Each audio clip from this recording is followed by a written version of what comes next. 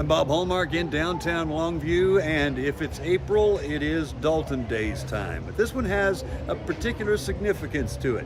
It's also the 150th anniversary of Gregg County's establishment. The big show is always what happens here right next to the Gregg County Historical Museum, a reenactment of a real event. And joining us now is a couple of the reenactors here. This fellow right here you'll recognize already.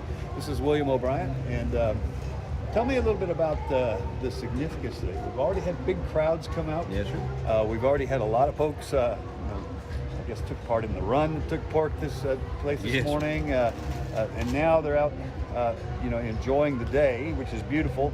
And you guys have been given a great opportunity to do a little education piece here. A little historical, yes, sir. Every time you come out, I'm sure people learn something about it. And that's really the fun part of this for you guys too, is you get to educate people on what actually happened here, right? Yes, sir. It happened in their community, and their citizenry in 1894 stood up just like they can now. It's just a good event. It shows what happened and how good people stood up against the bad people. Okay. Now, for those of you that don't know, and I don't know that there's anybody in Longview that doesn't know this story, we're talking about the Dalton Gang. This was 1892. 94. Oh, 94. Sorry, I got it wrong. Close. I got it wrong. 1894, the Dalton Gang came into the city of Longview, and you see right over my shoulder, this was the old bank right here. And they came in and robbed the bank. But how they did it is the way the reenactors are going to be able to teach you about a little bit about how this was done, and more importantly about how the citizenry resisted what was happening here. Now, William, we've talked about this before. There was no insured banking system back then. No, sir. They took their money. The outlaws took their money, and they were tired of it. They didn't get it back.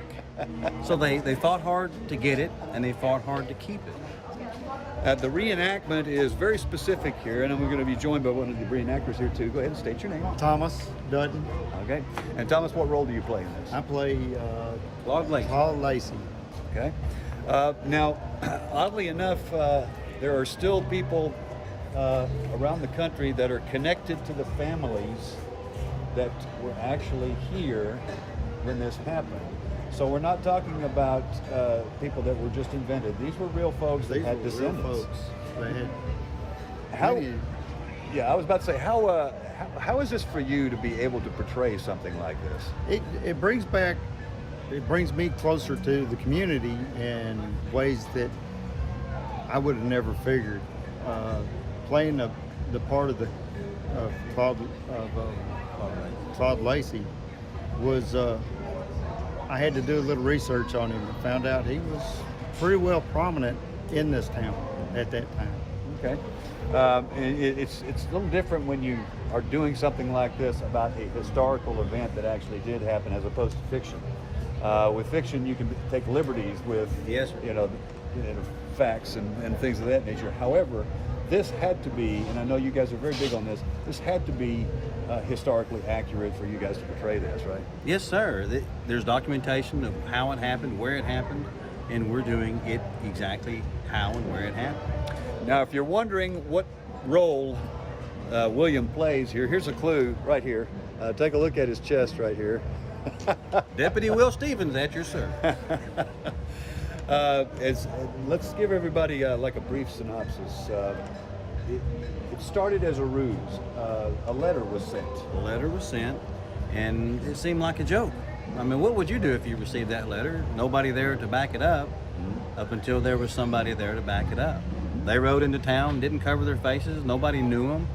Some of the men worked at the local sawmill for a little while, and when they showed up, they were just one of the people, the townspeople, right up until they robbed the bank. All right, it was Bill Dalton, and there was 3 others with him. Knight Brothers. And as I recall, and Jim Bennett and Knight Brothers. Jim Bennett, yeah. Now, what happened after Bill actually accosted the people up at the bank here is they tried to actually walk out with the money, and that's when things went bad for him. Went very bad. Bennett was shot first, and he had the horses. and they had to scurry around and run, and the citizenry just had enough. Claude Lacey stepped in, Will Stevens stepped in, George Buckingham tried to step in. He was shot down first. They tried, did their best. Some succeeded, some didn't. And if you've never seen this, it is certainly worth your time to come out and take a look at it, because it is very, very well done.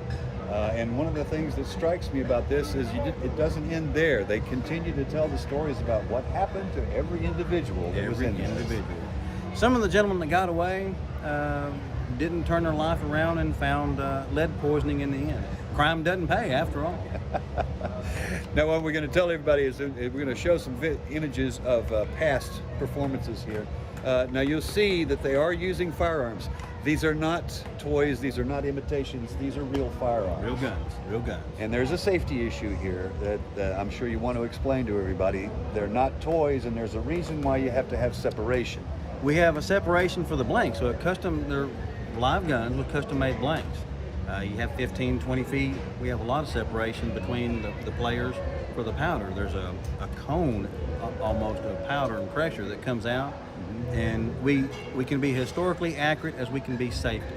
It sometimes doesn't mix, but we certainly do what we can, but we have to think of our participants, our players, and the audience first. But we can still be as historically accurate as we can, and it works out. Okay. We got to use the bad guys over and over. That's right. They have to get up and do it again. But every possible precaution is taken. They've practiced and rehearsed over and over and over. So, in the 20-plus years that I have been covering Dalton Days here, the one element that is missing is I have never been able to find a direct descendant to anyone who was involved in the Dalton gang shooting. I have now. And I'm going to go ahead and introduce them. Go ahead and state your name.